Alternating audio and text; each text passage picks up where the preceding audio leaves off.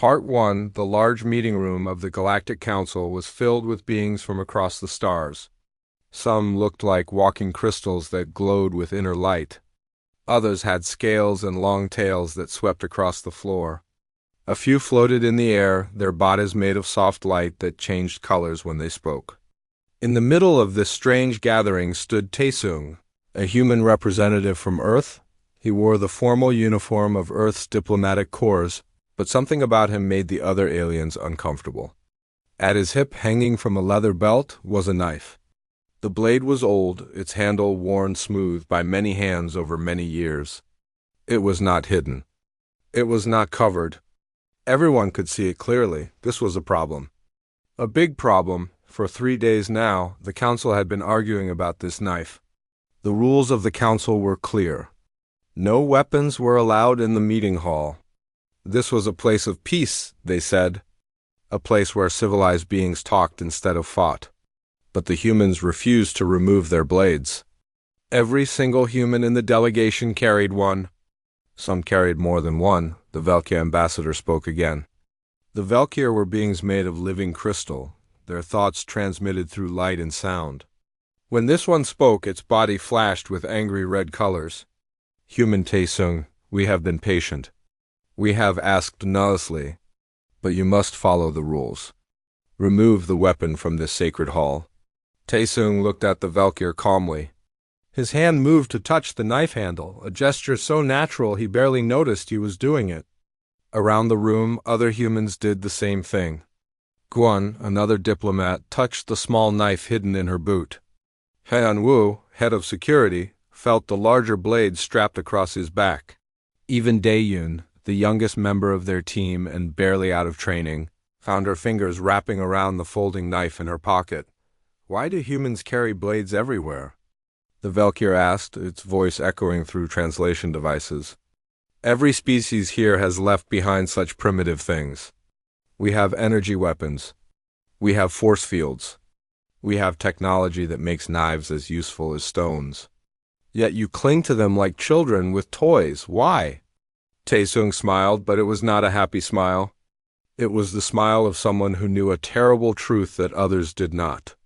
Because we don't trust the universe, he said simply. The room exploded with noise. The crystal Valkyr flashed with colors that the translation devices could not interpret. The reptilian scarix hissed and stamped their feet, their tails whipping back and forth. Even the peaceful Luminara, beings of pure bioluminescence who rarely showed strong emotion, dimmed their lights in shock. That is not an answer, the Valkyr insisted. That is madness. The universe has laws. Physics does not lie. Mathematics is perfect. Technology is reliable. You speak of distrust as if the universe itself is your enemy? Isn't it? Taesung asked quietly. The question hung in the air like a challenge. The alien delegates looked at each other in confusion. They did not understand. How could they? Their worlds had been kind to them. Their evolution had been gentle. They had never known what it meant to live on a planet that tried to kill them. Every single day, Ambassador Sangmi stood up from her seat. She was the leader of the human delegation, a woman with gray hair and eyes that had seen too much. At her side hung her own blade, a beautiful knife in the old Earth style called a tanta. It had been her mother's knife and her grandmother's before that. The handle was wrapped in faded silk, and the blade showed the marks of being sharpened hundreds of times. Perhaps, Sangni said, her voice cutting through the noise, it is time we explained. You ask why we carry blades? You think it is about weapons. You think it is about violence? But you are wrong. It is about something much more important. It is about survival. She walked to the center of the room, her footsteps echoing on the polished floor. With a gesture, she activated the holographic display system. Above their heads, an image appeared. It was Earth, but not the Earth shown in tourist advertisements or diplomatic presentations.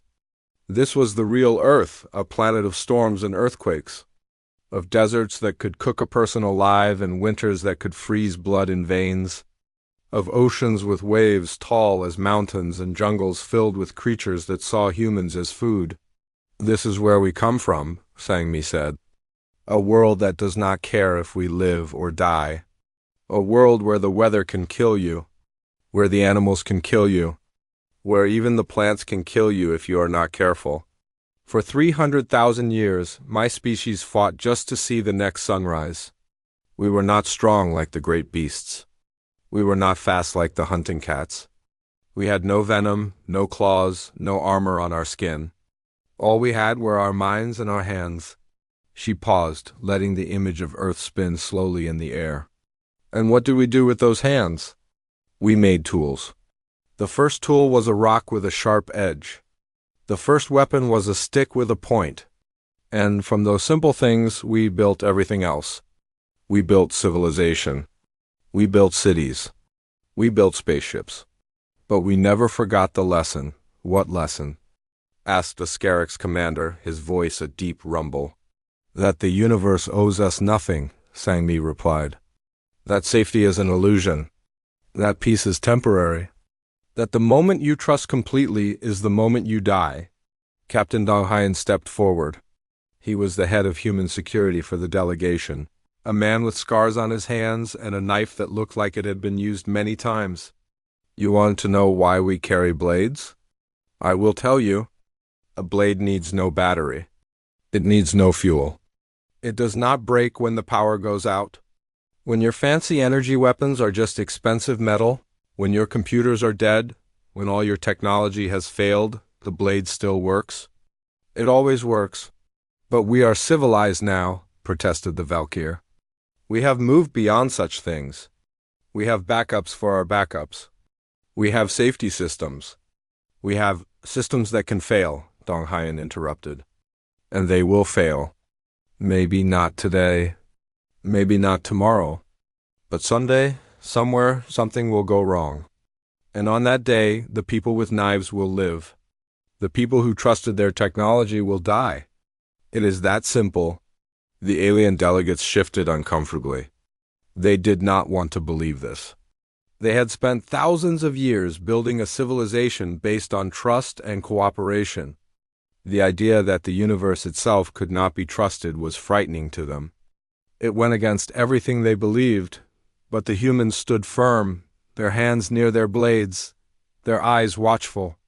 They had learned their lessons in blood and fire, in the dark times when everything failed and only the prepared survived. They would not unlearn those lessons just to make others comfortable. We will take a recess, the Valkyr finally announced. This discussion is not over. As the aliens filed out of the room, the humans remained behind. Dalian looked at her older colleagues with wide eyes. Will they ever understand? She asked quietly. Sang-Mi put a hand on the young woman's shoulder. Perhaps, she said. Or perhaps they will have to learn the same way we did. Through pain and loss and the terrible knowledge that the universe does not care about us at all. She looked down at her tanta, the blade that had saved her family so many times. Until then, we carry our blades. And we survive. Part 2, the human delegation had their own private quarters away from the main council chambers. It was a simple space with basic furniture and large windows that looked out at the stars. This was where they could speak freely, without the judging eyes of alien diplomats watching their every move. Sang-Mi stood by the window, her arms crossed, staring into the endless dark of space. Behind her, the rest of the team had gathered. They sat in a circle, and each one held their blade. This was their evening ritual, something they did every single day without fail. They cleaned their knives. They sharpened them. They checked for damage or wear. To an outsider, it might look like preparation for war. But to the humans, it was meditation. It was remembering. It was honoring the dead. Donghayan ran a sharpening stone along his knife blade with smooth, practiced movements. The sound was gentle, rhythmic, almost peaceful.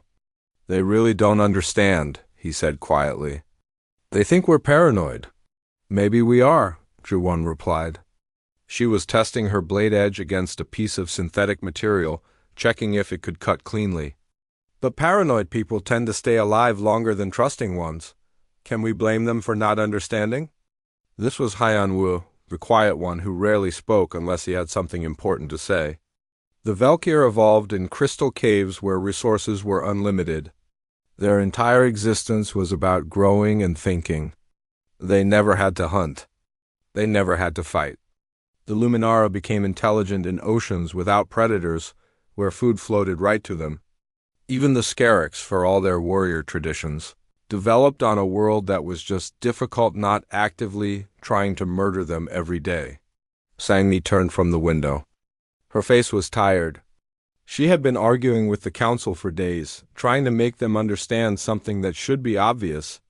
"Tell me about Navara Station," she said. The room went silent. No one wanted to talk about Navara. It was a wound that had not healed, a memory that still brought nightmares. But Sangmi had given an order, and they would obey. Finally, Hyunwoo spoke. His voice was flat, emotionless, the way people sound when they talk about trauma they have not processed. Navara was supposed to be our triumph. The first true joint colony between Earth and the Galactic Council. Humans provided the engineering. Valkyr provided the computer systems. Scarix provided security. Luminara grew the food. It was perfect integration. A symbol of what we could achieve together.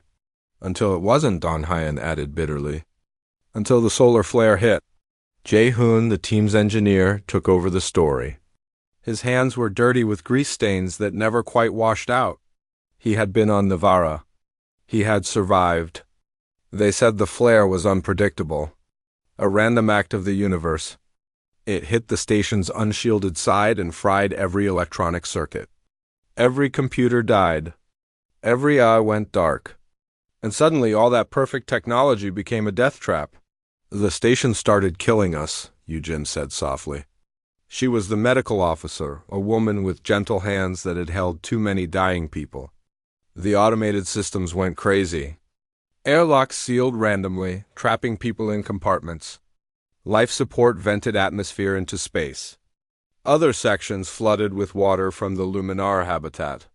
The station thought it was protecting us. It thought it was following its programming. But it was broken, and it was murdering everyone inside. The aliens waited for rescue, Jae-hoon continued. They trusted the emergency protocols. They believed the automated distress beacon would bring help. They sat in their sealed compartments and waited for the technology to save them. And they died. 400 of them. 400 beings who trusted the universe to be fair. And the humans? Sangmi asked, though she knew the answer. The humans didn't wait, Dong Hyan said firmly. We pulled out our knives. We pried open doors that were never meant to be opened manually. We cut through walls. We destroyed the safety systems that were supposed to protect us because those systems had become our executioners. 63 humans survived Navara. We survived because we didn't trust the station to save us. We saved ourselves. Dae-yun looked up from her own knife. She was cleaning it carefully, the way the older members had taught her. Is that why everyone looked at me strangely when I joined? She asked. Because I've never experienced a real system failure? Because I've never had to cut my way out of a dying station? Sangmi smiled sadly at the young woman. You will, child. Every human does eventually. The universe always finds a way to test us. It always finds a way to remind us why we carry blades. The ambassador sat down and pulled out her tanta. The blade gleamed in the soft light of the quarters. This knife, she said, running her finger along the flat of the blade, has been in my family for 4 generations. My great-grandmother used it to cut herself free from a crashed shuttle on Europa, one of Jupiter's moons. She was trapped in twisted metal with freezing water rising around her. Her fancy laser cutter had shorted out from the water. But this knife worked. It always works. She paused, remembering stories told around dinner tables, lessons passed from mother to daughter.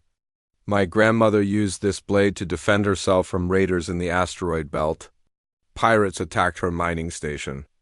They had guns, but an electromagnetic pulse disabled all the firearms. So it came down to knives and metal bars and the will to survive. Grandmother was small, but she was fierce. She lived. The pirates did not. My mother carried this tantad during the Singapore arcology collapse.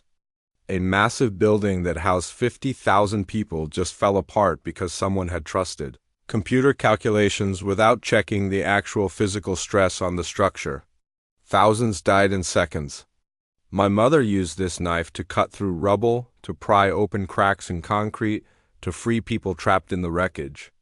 She worked for 3 days without sleep, and this blade never failed her. Sang-mi looked at each member of her team.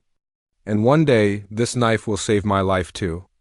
Not because I look for danger, not because I want to fight, but because danger is part of existence. The universe is not cruel. It is not kind. It simply is. And in that indifference, only the prepared survive.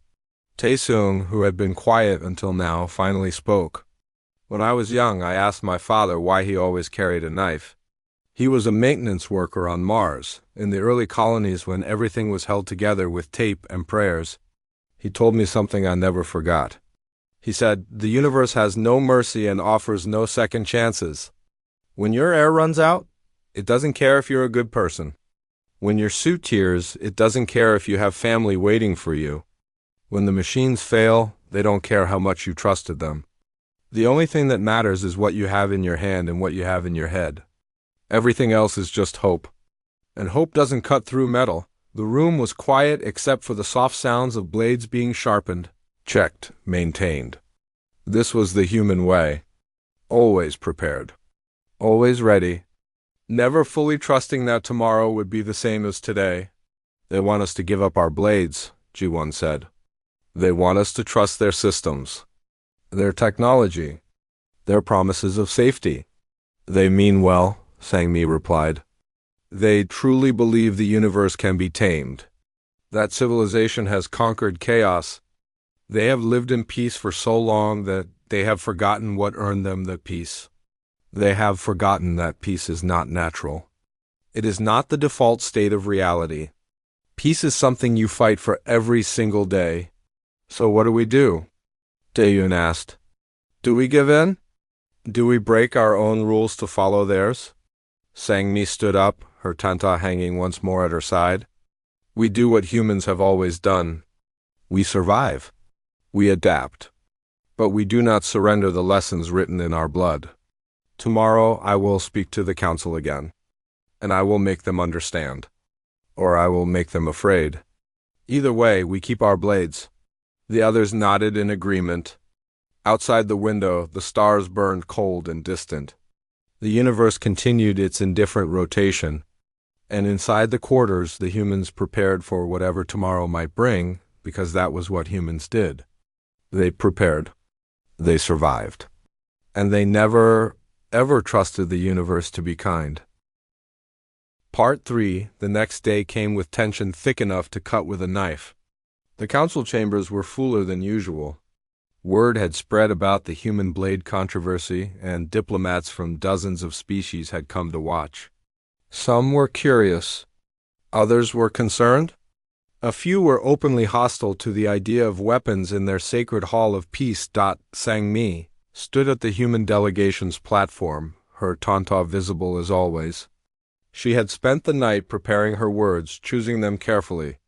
She knew this might be her only chance to make the aliens understand. If she failed, humanity might lose its place on the council. But if she succeeded, perhaps she could teach them something valuable. Something that might save their lives one day. The Valkyr ambassador floated at the center of the chamber, its crystalline body pulsing with impatient light. "Ambassador Sang-mi, we have given you time to reconsider. Have your people decided to respect our laws and remove their weapons?" "No," Sang-mi said simply. The word echoed in the huge chamber. "We have not. And we will not." Angry sounds filled the room. The scarabs hissed. The luminara dimmed. Even some of the smaller species that rarely spoke made noises of disapproval.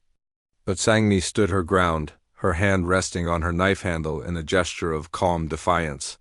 "However," she continued, her voice rising above the noise, "we wish to demonstrate why. We wish to show you exactly what a blade means to humanity. And we wish to offer you a gift of knowledge that may one day save your lives." The Valkyr's light flickered with confusion. "What kind of demonstration?" A practical one, Sang-mi replied. She nodded to Jae-hoon, who stepped forward carrying a large case. He set it on the floor and opened it, revealing various pieces of technology. Some were Valkyr computers. Others were Scarix weapons. There were also samples of Luminara biotechnology and devices from a dozen other species. These are all standard council-approved technologies, Sang-mi explained. Devices that you trust with your lives every day. Computers that run your stations. Weapons that defend your ships. Medical equipment that heals your sick. All of them reliable. All of them tested. All of them safe. She paused dramatically. Until they're not. Jae-hoon pulled out a small device that looked harmless enough. This is an electromagnetic pulse generator. Not a weapon, technically. It's used for testing equipment shielding. Very common in any engineering workshop. He activated it with a simple button press. Instantly, every piece of technology in the case died. The Valkyr computer's lights went dark. The Scarix plasma rifle made a sad clicking sound. The medical scanner's display went blank. Even the simple communication devices stopped working. The council chamber erupted in protest. That proves nothing. The Valkyr shouted. Of course, targeted electromagnetic interference disrupts electronics. That's why we have shielding. Indeed, Sang-mi agreed. Shielding that works wonderfully under controlled conditions. Shielding that is tested and retested. Shielding that is absolutely reliable until a solar flare is bigger than predicted. Until a ship's reactor has a cascade failure. Until someone makes a weapon specifically designed to penetrate that shielding. The universe is very creative in finding ways to break your safety systems. She gestured to Dong Hyen, who stepped forward with his combat knife drawn. Now watch what happens when technology fails. Dong Hyen approached the case of dead electronics. With his knife, he pried open the back panel of the Valkyr computer. His movements were precise and practiced. Within seconds, he had exposed the manual override. Mechanisms that existed in all council technology safety. Features mandated by human representatives after the Navara disaster. This computer is dead, Dong Hyen explained as he worked. But inside it, there are still mechanical components. Physical switches. Manual overrides. And with nothing more than this blade, I can access them, manipulate them, and potentially restore basic functions, or at least retrieve critical data before it's lost forever. He moved to the Scarix weapon next. The plasma rifle was an impressive piece of technology, capable of firing superheated plasma at incredible velocities. But now it was just an expensive club. Dong Hyen used his knife to open a side panel, revealing the weapon's power cell. With careful movements, he disconnected it, checked the connections, and showed how the entire system could be manually reset. Your weapon is sophisticated, he said to the watching Scarix commander. But it's also fragile. Every computer chip, every electronic trigger, every automated safety system, all of it can fail. And when it does, you need more than training with a trigger. You need the knowledge and tools to fix it. Yu-jin stepped forward next, holding her medical knife. Last year, I was working at the Council's medical station on Kepler 442b. We had state-of-the-art equipment, surgical robots that could perform operations with microscopic precision, diagnostic computers that could identify diseases in seconds. Everything was perfect. She paused, and her expression grew dark. Then pirates raided the station. They used electromagnetic pulse weapons to disable our defenses. Everything stopped working. The surgical robots froze mid-operation. The life support systems went to emergency backup, and I had 3 patients who would die without immediate surgery. She held up her knife, a simple but sharp blade. I sterilized this with fire. I performed 3 operations with nothing but this knife, my hands, and my training. No computers. No robots. No fancy technology. Just basic surgical knowledge and a tool that worked. All 3 patients survived. This is barbaric, protested a Luminara delegate. Surgery with a knife? Like primitives? Primitive techniques that saved lives when your advanced technology became worthless, Yujin replied sharply. Tell me, which is more barbaric? Using a simple tool to save a life? Or watching someone die because you're too dependent on machines to use your own skills? Taesung spoke up from his position. The blade is not just a weapon. It is not just a tool. It is a symbol of a philosophy. It represents self-reliance. It represents the understanding that you cannot outsource your survival to systems that might fail. Every human child learns this lesson. We teach them to trust themselves first, their tools second, and complex systems last. But how do you live like this? Asked a small delegate from a species that looked like floating jellyfish. How do you function when you trust nothing? When you expect everything to fail? Is that not a terrible way to exist? Daeun surprised everyone by answering. The young intern stepped forward, her small folding knife in her hand. It's not terrible, she said softly. It's liberating. I know that no matter what happens, I have this. I have my mind. I have my hands. I have my training. I don't need to hope that someone will rescue me. I don't need to pray that the systems will work. I can save myself. She looked down at her knife. My grandmother gave me this when I turned 18. She had carried it through the resource wars on Earth when nations fought over water and food. She told me, this blade is your last line of defense.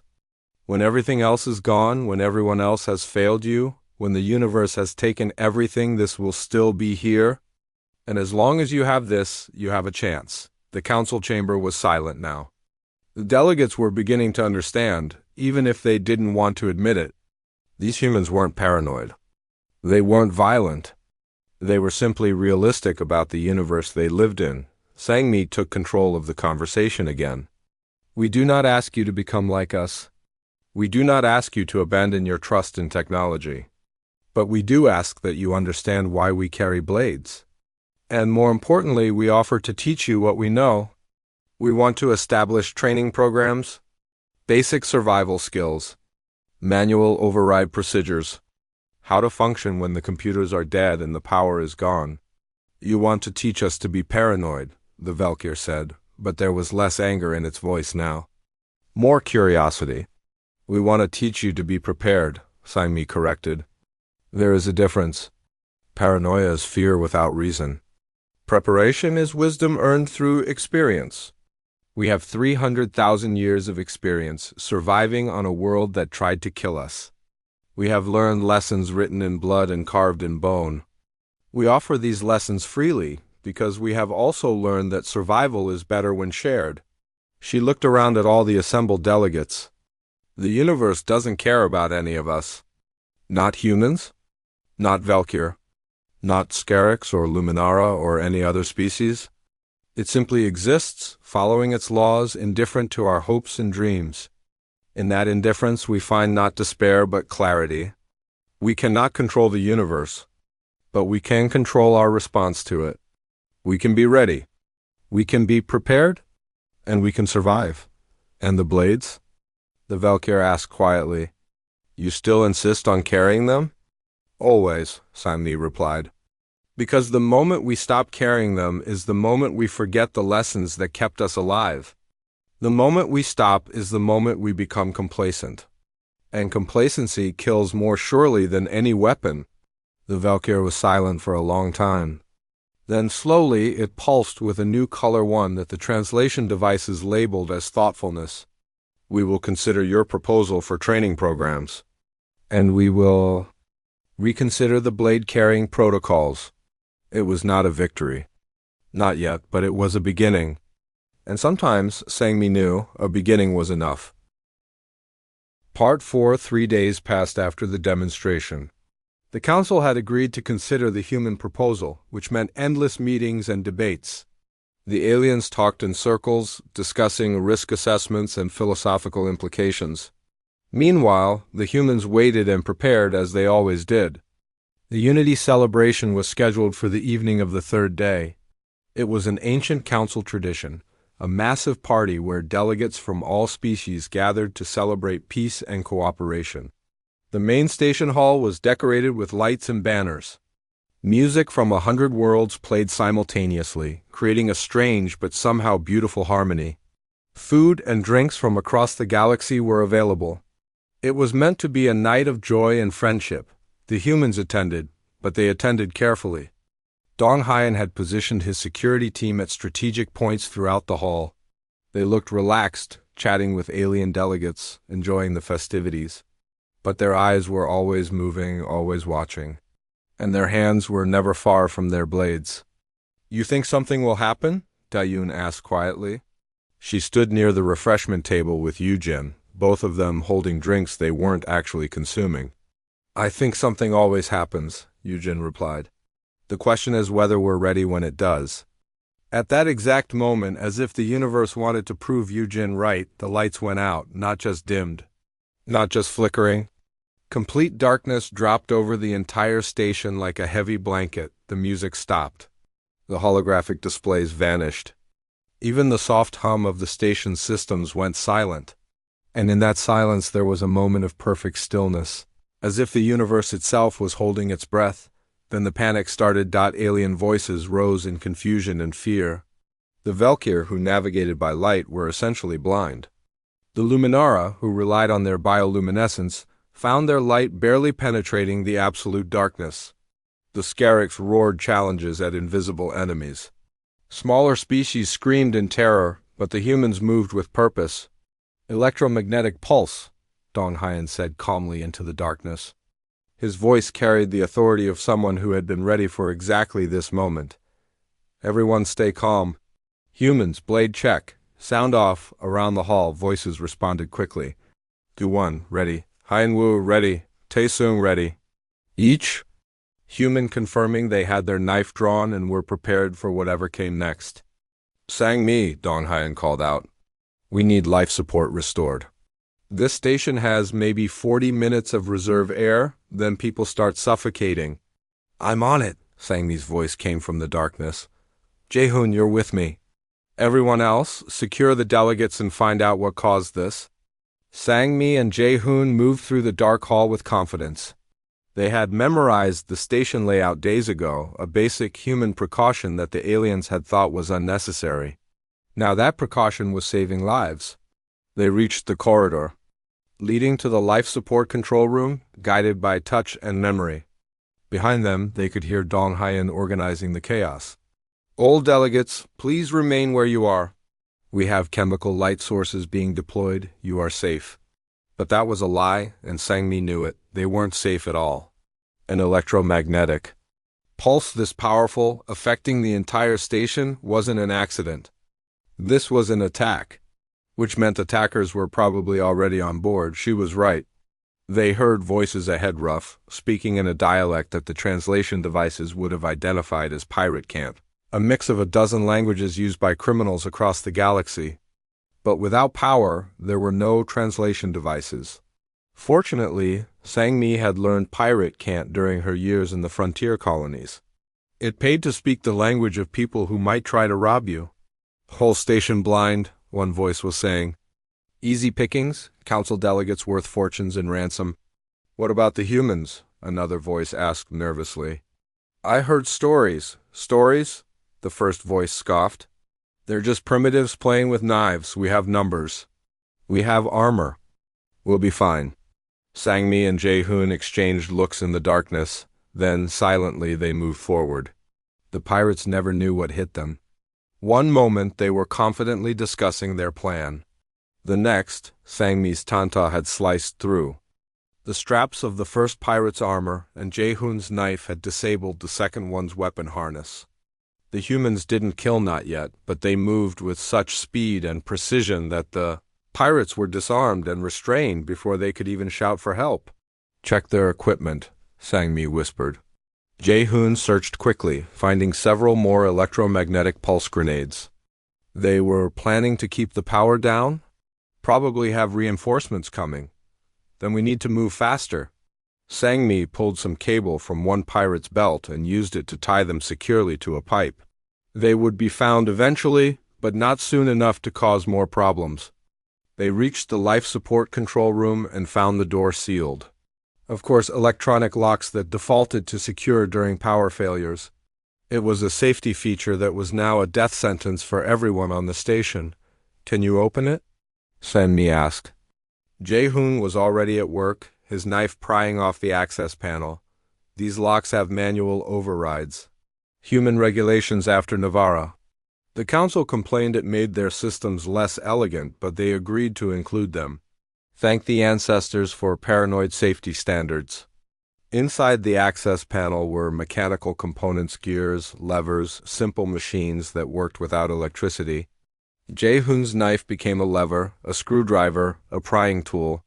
His hands moved with practiced skill, manipulating systems in ways they were never meant to be manipulated. Sweat dripped down his face as he worked in the darkness, guided only by touch and memory and desperate hope, with a click that sounded like the most beautiful sound in the universe. The door's manual bolts retracted. Sang-mi pushed it open, and they entered the life support control room. It was as dead as everything else, screens blank, computers silent. But underneath all that fancy technology were pipes and valves and mechanical backup systems that humans had insisted on including, over the protests of council engineers who thought such redundancy was wasteful. How long do we have? Jae-hoon asked, already moving to the manual controls. Sang-mi checked her watch, a mechanical one, because of course she carried a mechanical watch. 35 minutes of air left. Can you do it? I have to, Jae-hoon replied simply. Back in the main hall, Dong-hyun and his team had their own problems. The chemical lights they'd activated gave just enough illumination to see by, casting the hall in an eerie green glow. And in that glow, they could see the pirates entering through multiple access points. There were at least 20 of them, maybe more. They wore mismatched armor and carried an assortment of weapons. Energy weapons that were now useless, but also simple mechanical weapons, clubs, blades, and improvised projectile weapons. They had come prepared for a station full of helpless victims. They had not prepared for humans. Stay behind us, Dong-hyun ordered the alien delegates. To his team, he said simply, defensive positions, non-lethal if possible. But survive first, be gentle second. The pirates rushed forward, expecting easy prey. Instead, they met a wall of humans who moved with purpose and precision. Gui-won's knife deflected a club strike and sliced through an opponent's weapon harness. Han-woo used his larger blade to disarm 3 pirates in quick succession, his movements economical and efficient. Tae-seung worked in perfect coordination with Da-yoon the veteran and the rookie, moving like they'd fought together for years, protecting each other's blind spots. Even Ji-yoon, young and inexperienced, fought with the confidence of someone who had been trained since childhood. Her small folding knife might have looked harmless, but in her hands it became a tool of survival. She cut through a pirate's armor straps, kicked his feet out from under him, and moved on to the next threat without hesitation. The pirates had numbers. They had armor. They had confidence. But the humans had something more important. They had preparation. They had training. They had 300,000 years of evolutionary pressure that taught them how to fight when the universe wanted them dead. Within minutes, the pirates were in full retreat. Those who weren't restrained were running for their ships, abandoning their plan, abandoning their comrades. They had expected helpless victims. They had found apex predators who happened to look harmless. In the life support room, Jae-hoon's hands were bleeding. The mechanical valves were stiff from disuse, and he'd torn his skin forcing them open, but he didn't stop. Couldn't stop. 300 lives depended on him. He turned valve after valve, using his knife as a wrench, as a lever, as whatever tool he needed it to be. Come on, he muttered. Come on, you stubborn piece of... With a hiss of pressure, the emergency air system activated. It was loud and crude and nothing like the elegant automated systems the council preferred, but it worked. Fresh air began flowing into the station. Sang-mi let out a breath she hadn't realized she was holding. You did it?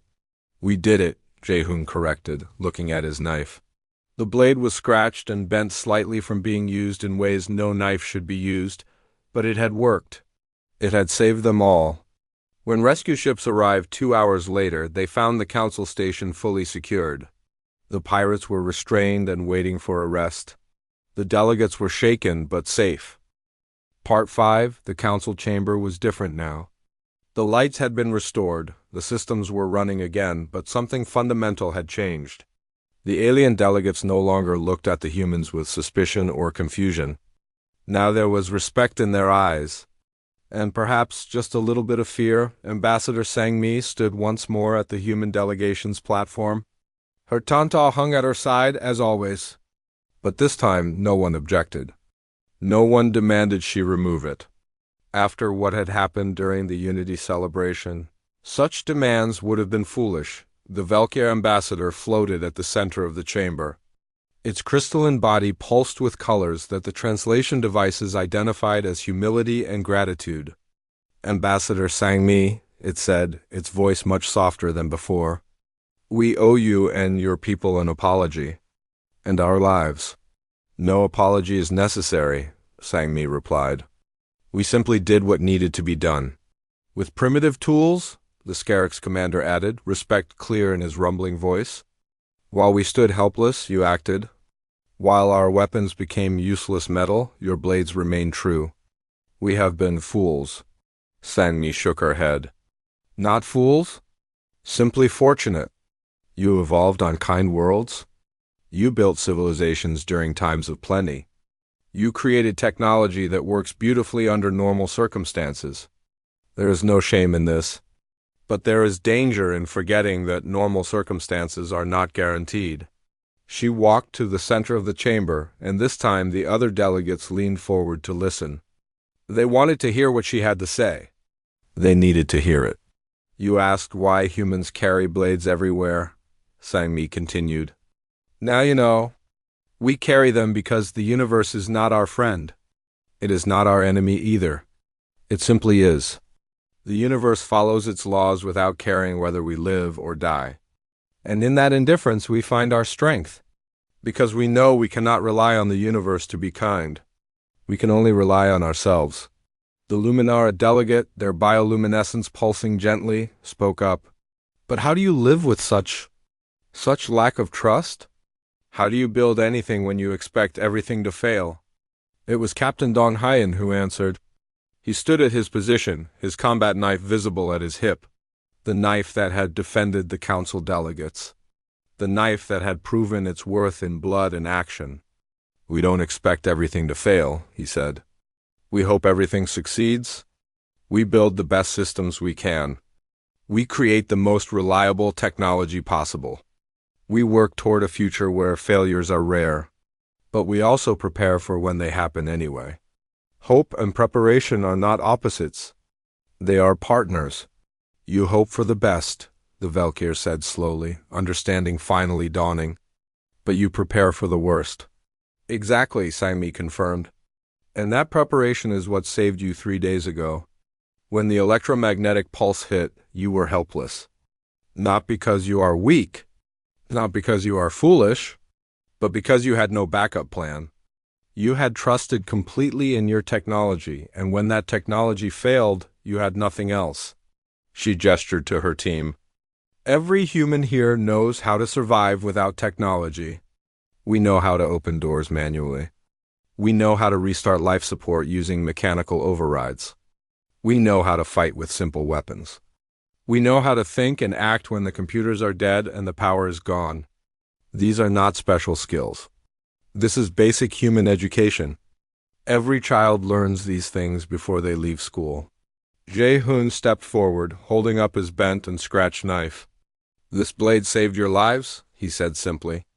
Not because it's a weapon, not because it's violent, but because it's reliable. It needed no battery. It required no power source. It worked when everything else had failed. And that reliability, that simplicity, that is what survival looks like. Young Yun spoke next, her voice stronger now, more confident after having faced real danger and survived. Before the attack, I was the least experienced member of our delegation. I had never faced a real crisis. I had never fought for my life. But when the lights went out, I knew what to do. Because I had my knife. Because I had my training. Because I had been taught to rely on myself first. That knowledge didn't make me afraid. It made me free. The alien delegates listened in silence. They were beginning to understand something profound. Something that humanity had learned over hundreds of thousands of years of barely surviving on a harsh world. Ambassador Sang-mi continued. You spoke of trust earlier. You said we don't trust the universe. This is true. But there is something we do trust. We trust ourselves. We trust our hands. We trust our minds. We trust our ability to adapt and overcome. And we trust our tools, simple, reliable tools that work regardless of circumstances. She drew her tanta, holding it up for all to see. The blade caught the light, showing the wear of 4 generations of use. This knife represents human philosophy. It is not about violence. It is not about paranoia. It is about self-reliance. It is about understanding that your survival is your responsibility. No one else's, not the governments, not the technologies, not the universes, yours. The Valkyr ambassador pulsed with what the translation devices identified as acceptance. We understand now, and we accept your proposal. We wish to learn from you.